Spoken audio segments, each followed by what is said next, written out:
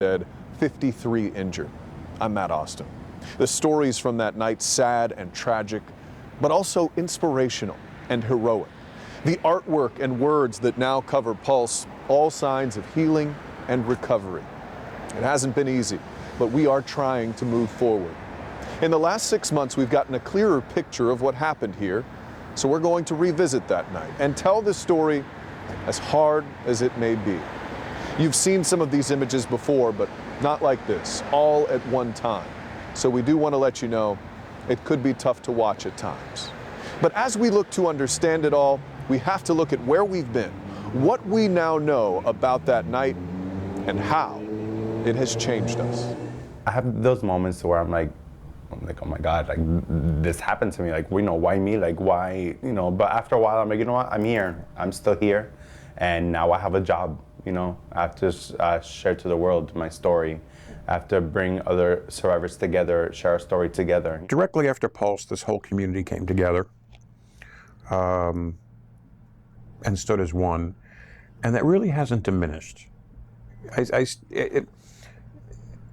enlightening to see. It almost brings tears to your eyes when you realize that hasn't gone away. Certainly no one could have predicted such a tragedy, but when tragedy did strike, our community rallied behind the victims, behind the families, behind our first responders, and it was just so overwhelming. It's awful Pulse happened.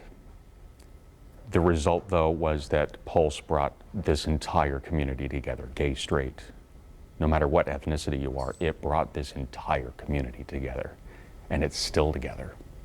And I just hope we can hang on to that. As Central Florida still tries to heal, the word Pulse is at the center of that journey. We've all come to learn how this place became the heart of the local gay community. Opened in 2004 by Barbara Poma and a friend in honor of her brother who died of AIDS, it became a safe haven. We don't yet know what it will become in the future. What we do know is before June 12th, this was a place of pride and special moments.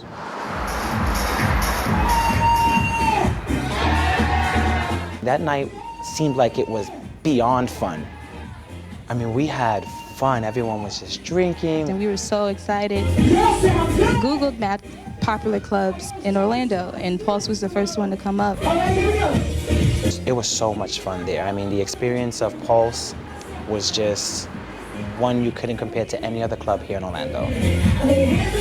Living life to the fullest and having a good time and being in our own zone. The excitement, the adrenaline, drinking, the good times, the laughter here and there, the joy in people's faces. It's just pure fun, pure fun. When you walked out of the house, you said, where do you want to go?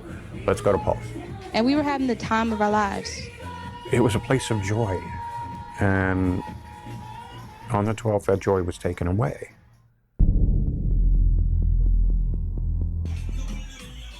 On Sunday morning, early morning, we were just having a great time. We're all there, having a drink. It was shortly after 2. We're saying our goodbyes. I'm hugging everyone. It was a great night. Right around when they stopped serving alcohol, that's when we heard the first round of shots go off. At first, we didn't know that there were gunshots. I didn't know. I was so confused. I was like, wow. Out of nowhere, we just hear a big shotgun. We stop what we're doing, and then it just keeps going. The gunshots were getting louder. The smell was getting stronger. The gunpowder. It smelled like firecrackers on the 4th of July. More people are falling. People are running. Glasses are getting dropped, and then people are passing me. Like, I'm getting covered in blood from other people. After the second shot, there was a pause, and then it just started shooting.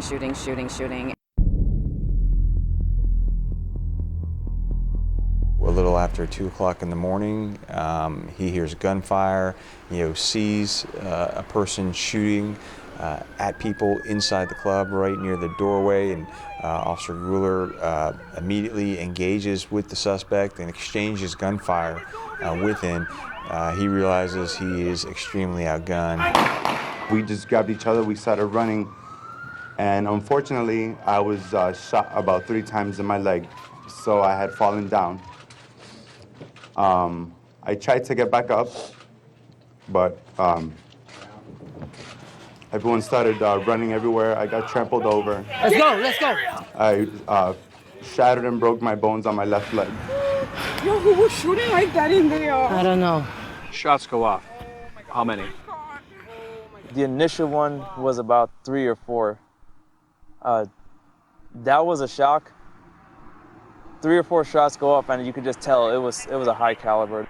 Everyone froze. I'm here in the back, and then I saw people start pouring into the back staff hallway, and they just started to impact everyone. Look. Everybody's running. Everybody's running. I was notified by one of our deputy chiefs, say, and have you been notified of this? And I said, no. And so I immediately got dressed and headed down there to the scene. 911, what is the location of your emergency? Shooting at pools. I'm doing a shooting. I've been shooting at pools. Where? Where are you? It's in the Orange Avenue Pools nightclub. Pools nightclub? Yeah. They're shooting. They're like this. Oh my God. Okay, stay on the phone with me. Don't hang up. Emergency 911, this is Dr. Lawrence. Being recorded. Oh my God, in there, I kept shooting in there. Who got shot in there?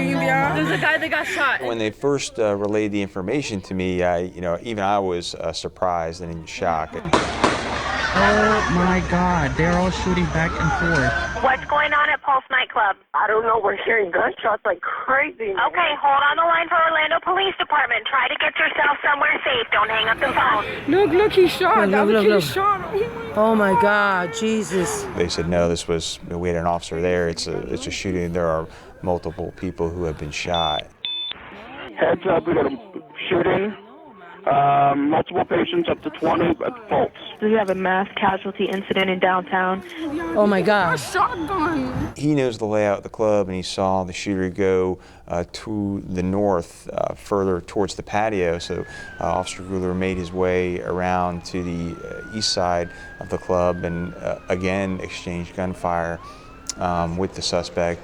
And in the meantime, he's calling for backup. Multiple officers are responding.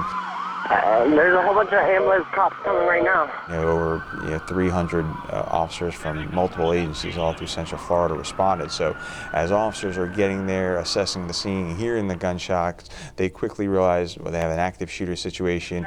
We need to form up several teams and go in. I need everyone to come here and sit down in this car. I need everyone to sit down on this car. Where's my son? I know, sit down. Hey, sit down, sir. Any Orange County unit that may have engaged in gunfire, advise. We are working in active shooters. It's at Pulse.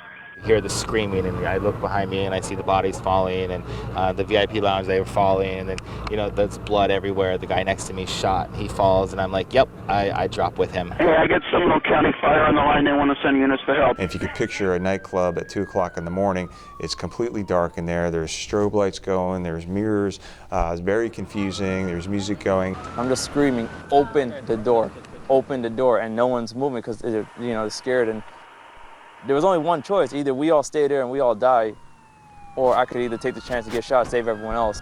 And I jumped over, opened that latch, and we got everyone as we can out of there. Out of the office. They're coming out. And you can see people running out of every exit, jumping over things, falling over each other. People are screaming. Are you inside the club still? Yes. Are you injured? No. Can you see the shooter?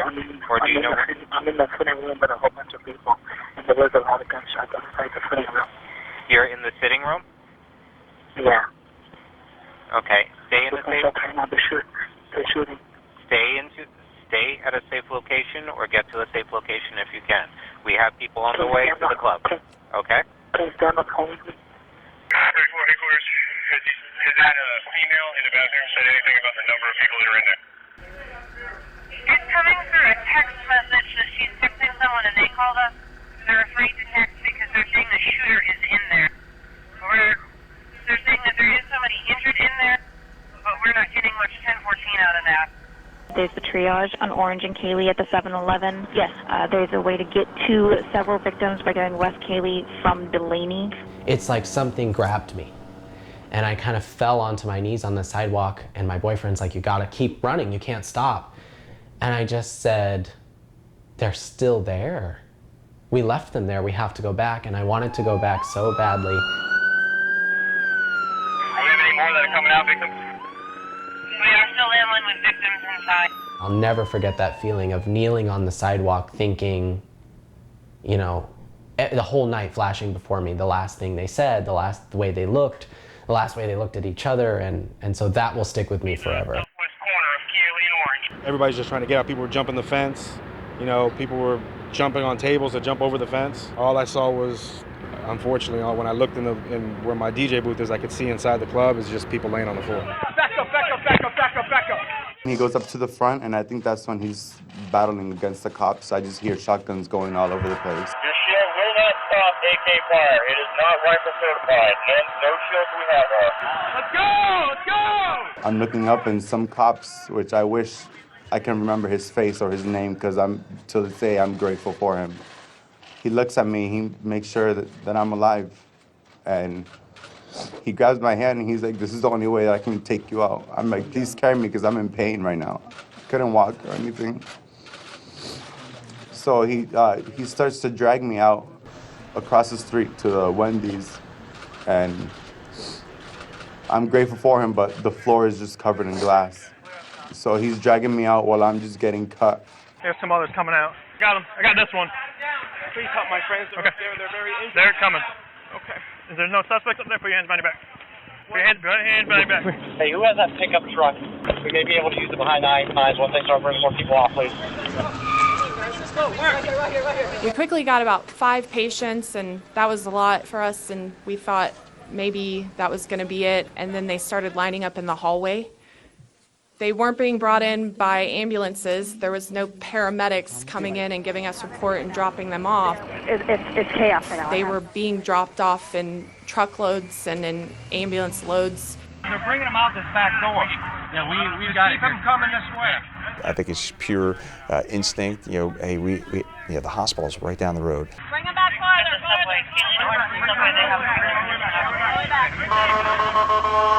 I have this pickup truck. Let's start putting these victims in the pickup truck, and I think they transported between 15 and 20 people on their own to the hospital, and they're instrumental in saving those lives. I'm 10-12 with somebody getting text from people inside. And we quickly realized that there are hostages in both bathrooms. All right. Do you know what the shooter looks like? No. Okay. And no one you're with is injured? No. Okay. Listen, sir, I want you to stay where you are, where you feel safe, okay? Keep the phone with you. They have deputies working the incident, or officers working the incident, okay? I have to answer other calls, but keep the phone with you. Stay where you are if you feel safe there, okay? No, he's gonna kill us. All right, I'm with somebody who's texting with someone in the bathroom. The suspect is advised he's going to attach 4 vests to 4 people in 15 to 20 minutes in the different directionals of the club. I want to let you know I'm in Orlando, and I did the shooting. Throughout that period of hours, the gunman was in there with us, and he actually made a call to 911 from in there. Everybody could hear who was in the bathroom who survived. Could hear him talking to 911, saying that the reason why he's doing this is because he wants America to stop bombing his country. And from that conversation from 911, he pledged his allegiance to ISIS. Tell me what's going on right now, Omar. What's going on is that the airstrikes need to stop. Yes. Needs to stop. And then based on his conversations, pretty quickly realized that we were dealing with someone who was self-radicalized and a terrorist. Hi there, this is Orlando Police. Who am I speaking with, please? You're speaking with the person who pledged his allegiance to the Islamic State, Abu Bakr al-Baghdadi, Hafizullah. Okay, can you tell me where you are right now so I can get you some help? No, because you have to tell America to stop bombing Syria and Iraq. They're killing a lot of innocent people. So what am I to do here when my people are getting killed over there. You get what I'm saying? I do. I completely get what you're saying. What I'm trying to do is prevent anybody else from getting in. They need to stop the U.S. airstrikes. He was behind a glass bathroom door. So what a lot of people don't realize is an assault or an entry into that glass door would have been dangerous, not only for the officers, but more importantly, it would have been extremely dangerous for the hostages in there. So if you could picture yourself as the bad guy, as the suspect, and you see the glass door and you see officers approaching, we believed he would immediately open fire. And what do we know? That officers would have returned fire, possibly killing hostages. So to us, that was not an option. We had been communicating with him, trying to get this peacefully resolved. And after that, he even spoke to us directly in the bathroom. He said, "Are there any black people in here?" I was too afraid to answer, but there was an African-American male in the stall where most of my body was, majority of my body was, had answered. And he said, yes, there are about 6 or 7 of us. And the gunman responded back to him saying that, I don't have a problem with black people. This is about my country. They say there are 2 bathrooms. So that was the first bathroom. Like 9. How many people are with you? About 12, 15. Everybody was just dead quiet when just be quiet, just be quiet. We're gonna be okay. For some reason I didn't feel scared. I wasn't nervous or anything. I was just trying to analyze the situation and figure out how I'm gonna get out of here. Oh, my girlfriend's in the bathroom saying that there's 2 dead people and there's 18 people there and there's shooters are in the club. And then all of a sudden she stopped texting me. No amount of training or experience could have prepared anyone for the devastation and the carnage they saw that night. Okay, everybody slow down. One person, I'll push the stretcher. 2 people to grab people, put on the stretcher. This is the air conditioning unit. I'm about ready to push it out. Scott, they're in the far southwest corner. It's going to be hot back there. We have the manager out here on the phone with somebody who's actually inside the building. We have intel from that aspect. Where do you want him? Just stay calm.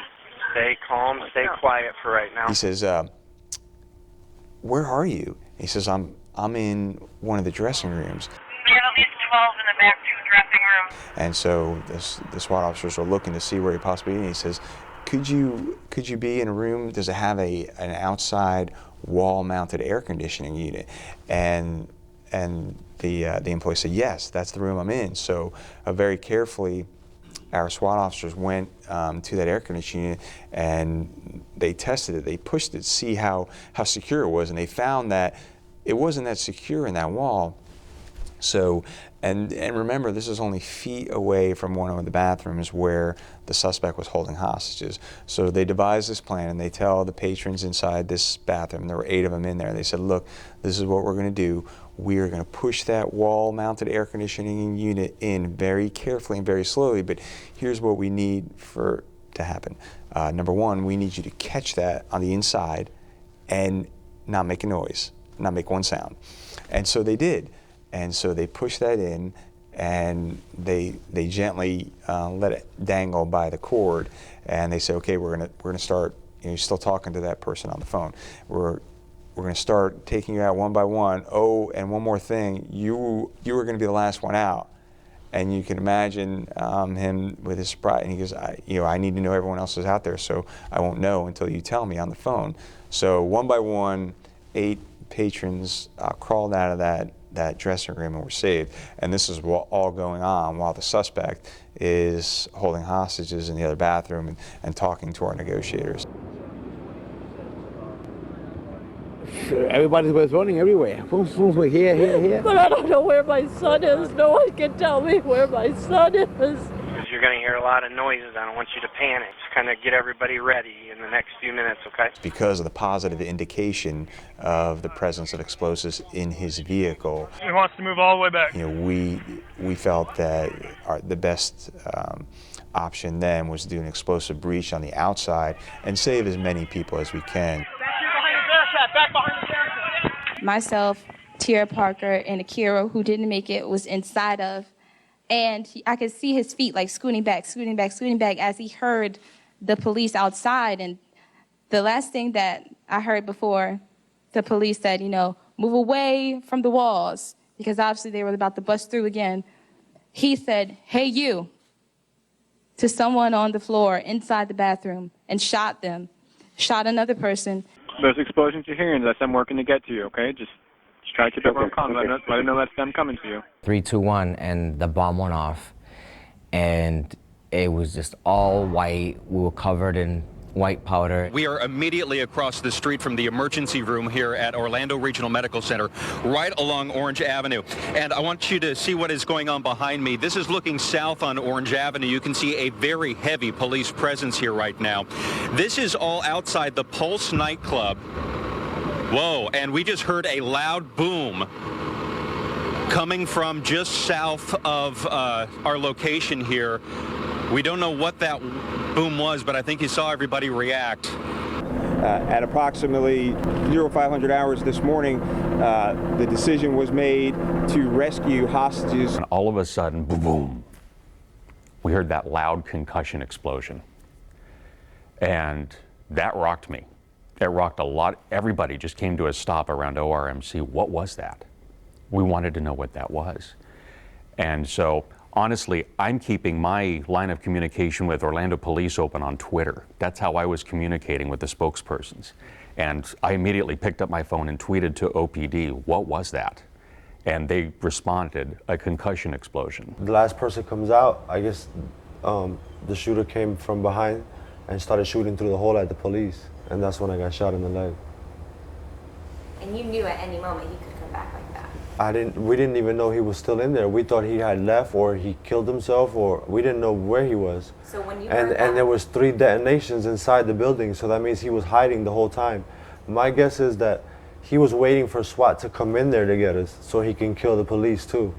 But the SWAT never came in. We went out through the hole that the SWAT made. No idea. SWAT guy took one to the helmet. He took 1 round to the helmet. The suspect came out of that hole himself, armed with a handgun and a long gun, engaged in a gun battle with officers. Wasn't that much longer after that. You know, Nadine throws back to me live at the scene, and in the middle of talking, in the background you hear the of the guns going off inside Pulse. The hairs on the back of my neck just stood up talking about that. It was frightening. It was frightening just hearing that. At that point, the officers instructed me to, like, lift my hands, drop whatever I had in my hands, and they instructed me to drag myself toward them. I yelled, I said, there are people shot, people who were killed in the bathroom, we need your help. But they weren't coming near me. They just told me to drag myself toward them. So once I got, I guess, close enough, a couple of the SWAT grabbed me by the arms and dragged me outside. And I'm just getting word right now. Shooter is dead inside the nightclub, according to Orlando Police Twitter. That just came in 20 seconds ago. Pulse shooting, the shooter is dead inside the nightclub. Today we're dealing with something that we never imagined and is unimaginable. Since the last update, we have gotten better access to the building. We have cleared the building. And it is with great sadness that I share we have not 20 but 50 casualties. In addition to the shooter, there are another 53 that are hospitalized. I'm just taking notes, and Mayor Dyer started by saying confirmed 50 people dead, and I dropped my pen. And you guys didn't, the viewers didn't see this at this point because the news conference went on for several minutes, but we were frozen. I mean, tears started welling up in our eyes, and we were frozen when we heard the number jump to 50. Well, we just got here not too long ago, and we know we have some friends that are in the hospital. I don't know exactly what's going on here. That's why we're here to figure that out. I know he's going to be good. He's just that we haven't found it, and I don't lose faith or hope. Erica, lots of loved ones hoping for some sort of clarity, and in many cases hoping that it won't end the way that they fear. And Eric, unfortunately, I can tell you a little while ago, a team of doctors walked over here from ORMC into Hampton Inn, met, I'm assuming, with the families, and then family members came out just devastated, crying, holding one another, praying out loud. It was just such an emotional sight to see. And as families wait for answers, the community is not waiting to get results. No, they came out in force outside this blood bank. Look at that. It wrapped around the center on Michigan Street. The support's so vast. One Blood is now at capacity. They're asking people to come back in the coming days so they can kind of spread out their resources. Good evening. All around the world, people are trying to come to terms with the horrific events that took place in Orlando this morning. On behalf of the whole theatre community and every person in this room, our hearts go out to all of those affected by this atrocity. All we can say is you are not on your own right now. Your tragedy is our tragedy. Theatre is a place where every race, creed, sexuality and gender is equal, is embraced and is loved. Hate will never win. Together, we have to make sure of that. Tonight's show stands as a symbol and a celebration of that principle. This is the Tony Awards. The show is proof that history remembers. We live through times when hate and fear seem stronger. We rise and fall, and light from dying embers, remembrances that hope and love last longer. And love is love is love is love is love is love is love. And those are words many in the Orlando community continue to try to live by every day. As I said, we needed to go back to try to understand where we are. Next, the survivors, the families, the community, and how the deaths of these 49 people have touched and changed their lives in the last 6 months.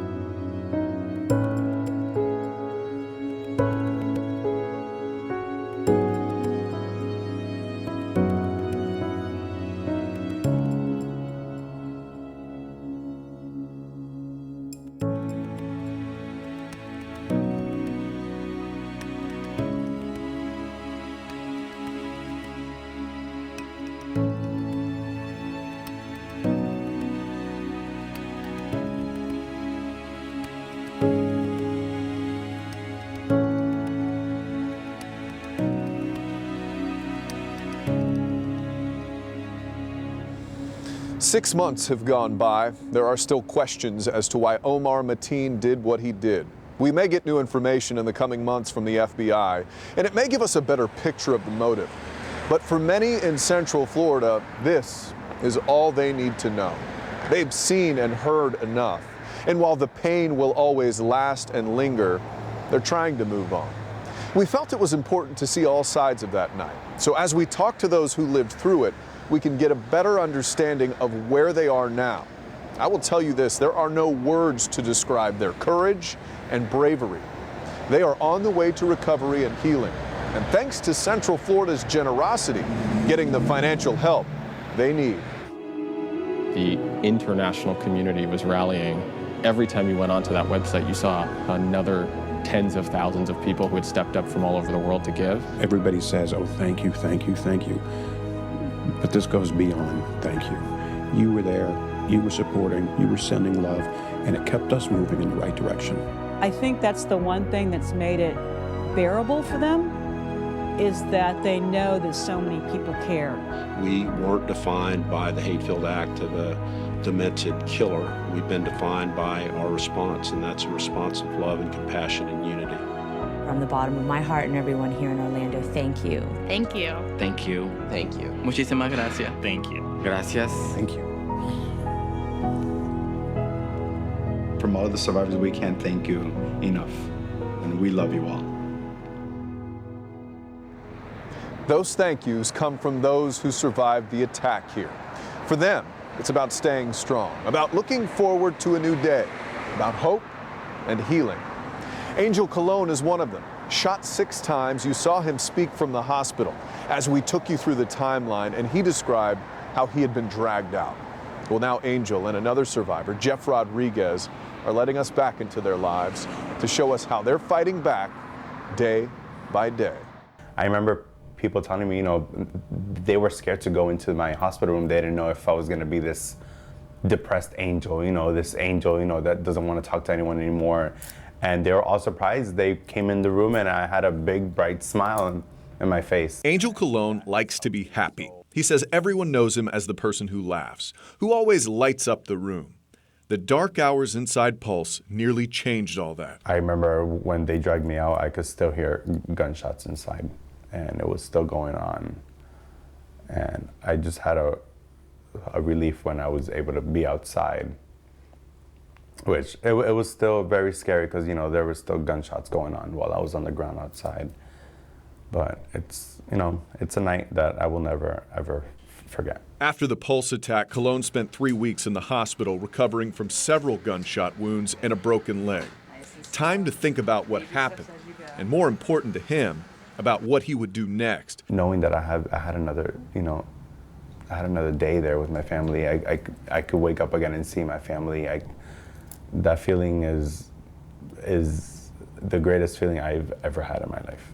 He says the love from the community and from his family gave him the strength to heal, to walk again, and to spread a new message. It's something you can't really explain. It's so awesome knowing that a lot of people have our backs. Colon wants to go back to being a Zumba instructor, but it's still a struggle. He's walking a lot better now and has another surgery in a few months. Grateful he has a second chance at life. I would love to become a public speaker, as far into the world as I can go and share my message. I would love to do that. And not just myself, but I want to bring, the survivors with me, because it's just not my story. There's a lot of other stories that are so big. Like my story, it's crazy and everything, but there's so many other stories that I've heard, and I've met so many other survivors, and I'm just like, wow, like we're all strong people. Survivors like Jeff Rodriguez, his story just as amazing. I think it's some miracle that I am alive. I'm not sure if I'm the miracle, but I know that I have many reasons to have passed away that night and even after, during surgeries and all my injuries, and I'm still here. Rodriguez was in one of the bathrooms targeted by Mateen. He took bullets to his leg and collarbone, losing a lot of blood and almost passing out. He was right next to the wall, blown in by police, injured by flying concrete. And they're like, get up, Jeff, you ready to get up? And I was like, and then they lifted me up. I couldn't feel my leg. And I was like, I can't feel my leg, I can't feel my leg. And they lifted me up and tried to stand on it. I couldn't, I couldn't. So they lifted me up by my arms, both of them, and then the SWAT or the police officers just dragged me out. 2 months in the hospital. He was one of the last to leave. Now, 7 surgeries later, he's faced a lot of challenges and admits it hasn't been easy. The last five months have been bittersweet. They've been bittersweet because a lot of good things have happened, but it's been also a struggle, and there's been a lot of difficult moments. So, but we get through them. Physically, it's been tough. Rodriguez has spent most of his time in bed. He just started walking, most of the time with a cane. But like so many other survivors, what's touched him the most is how his life has given others meaning. It's been very surprising to receive this kind of love and support from all over the place. I'm still receiving packages and letters, handwritten letters, till this day. Rodriguez is not exactly sure what's next, but does plan to make the most of it. I do believe that I'm here for a purpose, and I think we spoke that one of them may be to be more vocal about gun laws. He also wants to work in the entertainment field and travel. He could possibly move, knowing full well the pain will never be far away. This will be with all of us for the rest of our lives. So we're gonna be, this will always be with us, always. It's like a second chance that I got in life, and I can start fresh all over again. Rodriguez and Colon both now understand they may never fully come to terms with the night of June 12th, but they're looking ahead and staying positive about the future. I guess I'll have to take it day by day and, make the best of this life that we have. I want the whole world to know about our community. I want the whole world to know that we are not these negative people, you know, that are only about partying, that are only about, you know, fighting. No, we are full of love, and I want the world, you know, to be able to support us as well. The morning after the attack here at Pulse, everyone went looking for answers, and there just weren't many. Why did it happen, and where do we go from here? Since nothing like that has ever happened before. People in our community had to step up and fill the void. People who were a part of the LGBT community now found themselves in a whole new place. People who now, 6 months later, truly know where we are and where we need to be going. It's hard to quantify exactly everything that's changed at the center because it's happening so fast. Meet Terry DiCarlo. Main thing is, how is Orlando doing now? He runs the center. For decades, a place where the gay, lesbian, bisexual, and transgender community could get information, advocacy, and support. When it comes down to the nitty-gritty, you still see everybody standing together as one Orlando community. And it's a pretty amazing thing to see. A place on Mills Avenue in Orlando with an important purpose, but not a big profile. All that changed 6 months ago. The center is not the same place it was before June 12th. The center was the center. It was the hub of the community. We did what we did. We had our community groups. June 12th happened, and people realized what the center's purpose really was. DiCarlo says the Pulse attack galvanized Central Florida. Yeah, we had a lot. People wanting to do something. A lot of stuff sent here. A lot of stuff sent here. Anything to fight back against the terror and the hate. It keeps coming in every single day. Every day the mail comes in. There's condolence books, cards, banners. Comes in every single day. The center suddenly became the place to go. Oh, really? The place where people could find a safe haven. They knew this is the first place they could run to. They wanted to be somewhere. They wanted to be around people. And they ran this way. And they realized, oh, we have a place to go. We don't have to sit home. For so many people here who are lesbian, gay, bisexual, transgender, the Pulse nightclub has always been a safe haven. And then when the president turned around and called the center ground zero for family and survivor recovery, it went worldwide. And we were getting calls from around the world. A new day has dawned.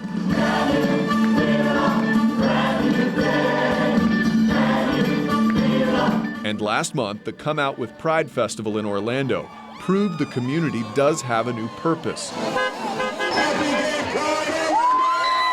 and is moving forward. Hundreds of thousands of people gathered around Lake Eola to remember the 49 lives lost at Pulse, all out to support each other, all in a new show of strength. You gotta remember, the last time we were all together like this, we were holding candles and we were all crying. So now we're all together, but we're standing as one, dancing and remembering those people. They'll never be out of our minds, but it's just changed. We're not holding the candles and crying. In the months since June 12th, the center's done a lot of counseling and listened to a lot of concerns. One of the biggest, money and what help the victims and their families would get. Millions donated to the One Orlando Fund were eventually distributed. But DiCarlo worries about what may happen when the money runs out. They still have medical problems. Who knows what might show up down the road from these bullets being in their bodies. You never know. And that money runs out. And these people are left there to pick up the pieces. One thing he does know is there's a new level of acceptance across Central Florida for the center and the people it serves. It hasn't always been that way. You know, such a camaraderie was made after that day between every organization, LGBT, straight, you name it. Every church, everybody came out. I think it's part of the center's mission to hold that together, to make sure we don't lose that. It happened, everybody stood together. There's no reason we should go back to June 11th. Orlando has come together. What happened inside this club touched a lot of people, changed a lot of lives. None more than the families and friends who lost loved ones. The families and friends who had to deal with the pain, then had to try and see how they could make this mean something. One mom we met just hours after the attack has done just that. 6 months After the attack, she is making sure every day she continues to be a voice for her son. When I lost my only child, my son, Christopher, it totally changed who I was. Christine Leinonen. And here's a picture of him on his birthday. We first saw the mom of Christopher Drew Leinonen the morning of June 12th. Yeah, he's always smiling. Just hours after a gunman entered the Pulse nightclub. A mom outside the hospital, frantically looking for answers about her child. And we can't get a hold of my son at all. So I don't know where he is. I don't know if he's injured and being worked on, but they won't let us know. They're not letting us know any names of anybody. This is heartbreaking on so many levels. Her struggle became one that touched a lot of hearts. And if you could imagine that, and every parent can, because every parent has experienced that, if you could just multiply that by whatever degree your heart or your head can even wrap itself around when you're looking for your child, when there's been a shooting and your child was at the club that there's been a shooting, and you know. Leinonen later learned her son was among the dead. Now, 6 months later, he remains a big part of her daily life. Even though it's sometimes is sad to look at these, but it gives me way more pleasure and happiness reminding me of Christopher and his life. Memories of Christopher are on her walls and even in her garden. I call it Christopher's Corner. But it's what she's doing outside the home. This will be his rainbow eucalyptus. That's giving Christine the greatest satisfaction. And when it matures, it will have a rainbow-colored bark. Now rallying for causes her son believed in. Because Christopher doesn't have a voice. His voice was erased. So as long as I have a breath, I will love my son, I will mourn for my son, and I will be a voice for my son until my last breath. That voice has become a very clear one. Leinonen first pushing for gun control, even taking her mission all the way to the Democratic National Convention in support of Hillary Clinton. So it was in his DNA that love always trumps hate. Because when you look at the Aurora movie shootings and the Sandy Hook and Charleston Church massacre and now Orlando, the real common denominator is that angry young men full of hatred have easy access to high-powered weapons. Leinonen wants to elect politicians who have the same mindset she does. He would be proud of me. He'd be like, go mom, talk for me. She thinks things could have turned out differently if Omar Mateen had never gotten his hands on a weapon. Had he had just one roadblock, we gave him no roadblocks. We let him legally walk into a Florida gun store 1 week before shooting over 100 people and legally buy a high-powered weapon. And had we at least given him one roadblock, maybe it wouldn't have happened. Leinonen is also pushing for gay rights. She says her son started a gay-straight alliance in high school. It was one of his loves, to help other people and help bring them together. After Christopher's death, his friends raised money to help Leinonen with the funeral. She told them she didn't need it, to do something good with it. Have you heard about the Drew Project? That's where her other passion, the Drew Project, was born. None of them had ever started a nonprofit before. Just want to spread a lot of love and a lot of awareness. They took that money as seed money and Thank you so much. They said, well, what could we do to honor Christopher? Well, we'll go into high schools that don't have a gay-straight alliance and make a gay-straight alliance, something that Chris did. Their goal is to go into middle schools and high schools and start GSAs, because Drew started GSA in his high school. And those that do have a gay-straight alliance already, then we'll just offer a scholarship to the leader within that group. Which is great. Brandon Wolf is one of those friends. Young people getting the support that they need, and then a lot of people getting a chance to go to college that might not have gotten The it. Drew Project has raised close to $40,000. We actually took Drew's Instagram handle, his social media profile, and we turned it into a 501c3 organization, and it's the Drew Project. Drew's handwriting, Drew's design, Drew's mission. The Drew Project is about giving every school a gay-straight alliance, a place they can go no matter who they are. Just the act of giving someone a safe space to be who they are was enough for him to leave a legacy. He was that for us. He was our safe space. He was everything we needed. And so now we're trying to do the same thing. Helping make young people achieve something without being afraid. Finding light in the darkness, good in the bad, hope after the pain. But he literally had thousands of friends. It's a legacy those who knew Drew Leinenen say will never stop. Do I relive that night a lot? Yeah. Does it haunt me sometimes? Absolutely. But I think what makes it okay and what makes me feel like I can go on is the idea that I'm doing something for someone else. If anybody gets something positive out of this, then I feel like I've done my right work. I hope that there comes a point that other people become Christopher's voice so that I don't have to. So then I could go back. And I think that's going to happen.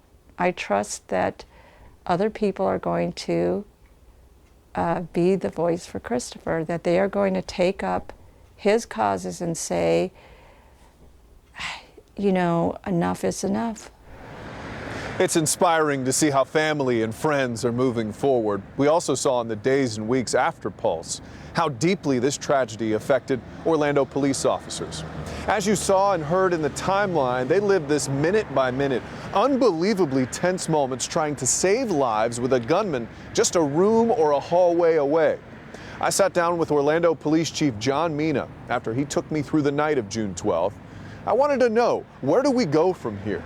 And what about his officers? How are they doing?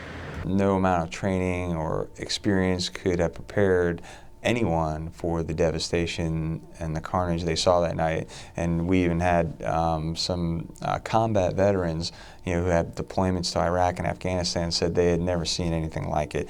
So it's our number one priority to make sure our officers get the counseling they need, and that counseling continues. Orlando Police Chief John Mina was there the night of June 12th, right next to his officers, on the ground at Pulse.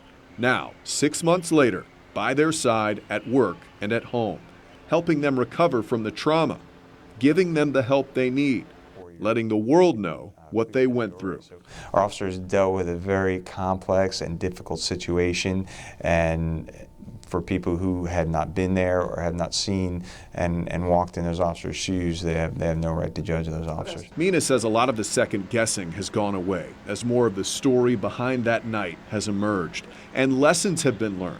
A Kevlar helmet saved one officer's life. Now every officer will have one, and the vests they had on just weren't good enough. Your shield will not stop AK fire. It is not rifle certified, and no shields we have are. You know, I immediately went to our training department and said, hey, what do we need to do do anything differently, training, equipment-wise? And they had recommended to me that officers be issued even more protection, so giving a heavier vest that would go on top of the vest they already wear. Along with the counseling and the training and the new equipment, Mina says something else was discovered, a new understanding and a bond between two Orlando communities. I think when specifically our LGBT community saw the kindness and compassion that our officers showed them, and many of those SWAT officers have developed friendships and relationships with employees and patrons and victims from inside that club, and that's a bond that will always be shared and can never be broken. Mina says it's about moving forward, remembering what happened that night 6 months ago, remembering the 49 who died, remembering Orlando now joins a very tragic list. One of the things I asked Chief Kehoe from Newtown and Chief Oates from former Chief Aurora, I said, what's the right time to recognize all this heroism? Not only heroism of our officers, but heroism from the patrons within inside the club. And they said, we would wait. So I told them, I said, well, my plan was to do it after we get in the new building, and it would be, before the 1 year mark, but January, February. And they said that's perfect. So in a few months, Orlando will honor the heroes from June 12th, and there are many of them. But after that, where do we go? I'll have some final thoughts right after this special performance.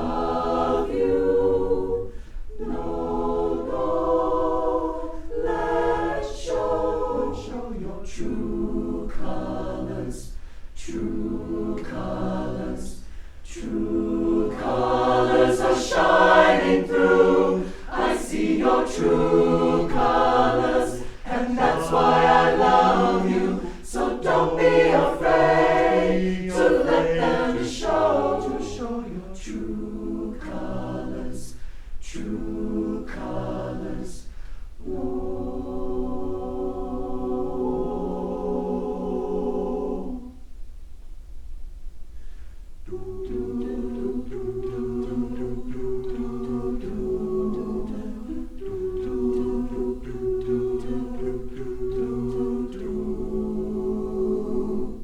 Now, at the 6-month mark of the Pulse attack, it's about continuing to heal. And as we head into the holidays, we will all need each other more than ever. News 6 was there at the beginning and will continue to be there in the coming months.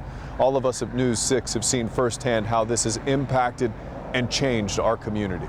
I think some of the armor has gone down a little bit with gays and lesbians and bisexuals and transgendered in this community. I think that people feel more comfortable to be who they are because they know they will be accepted. You know, we've seen, obviously, in the days and weeks after, we saw some amazing things, and we saw Orlando come together. And you know, I love still seeing the rainbow flags out on town, and I drive on I-4 into work every day, and seeing the Orlando and then the strong in between the words Orlando right at the Turnpike exit.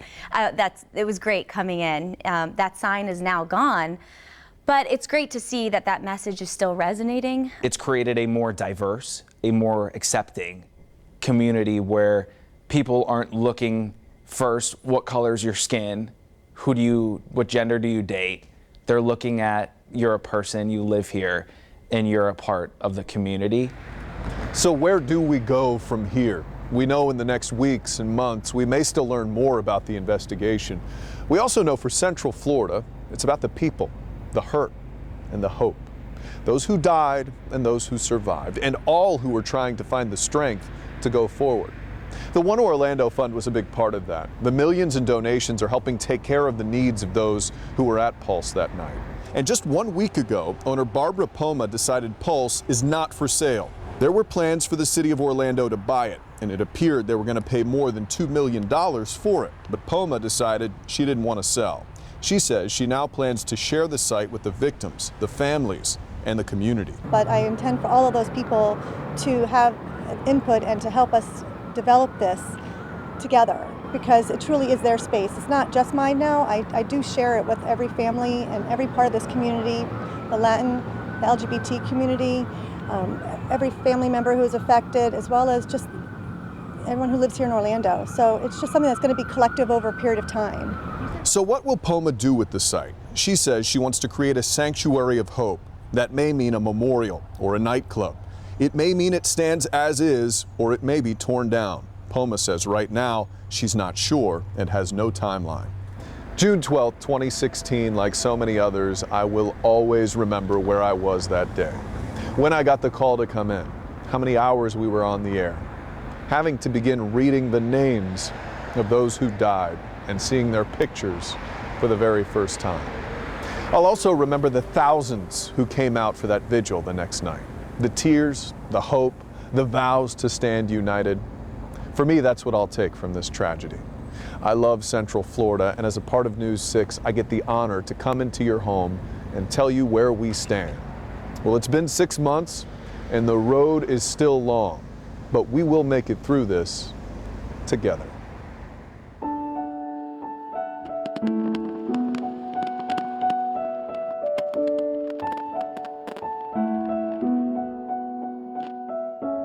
Stanley Almodóvar III, Amanda Alvear, Oscar A. Aracena Montero, Rodolfo Ayala Ayala, Antonio Davon Brown, Darrell Roman Burt II, Ángel Candelario Padro, Juan Chévez Martínez, Luis Daniel Conde, Corey James Connell, Tevin Eugene Crosby, Dionka Deidra Drayton, Simón Adrián Carrillo Fernández, Leroy Valentín Fernández, Mercedes Marisol Flores, Peter O. González Cruz, Juan Ramón Guerrero, Paul Terrell Henry, Frank Hernández, Miguel Ángel Honorato, Javier Jorge Reyes, Jason Benjamin Josaphat, Eddie Jamoldroyd Justice,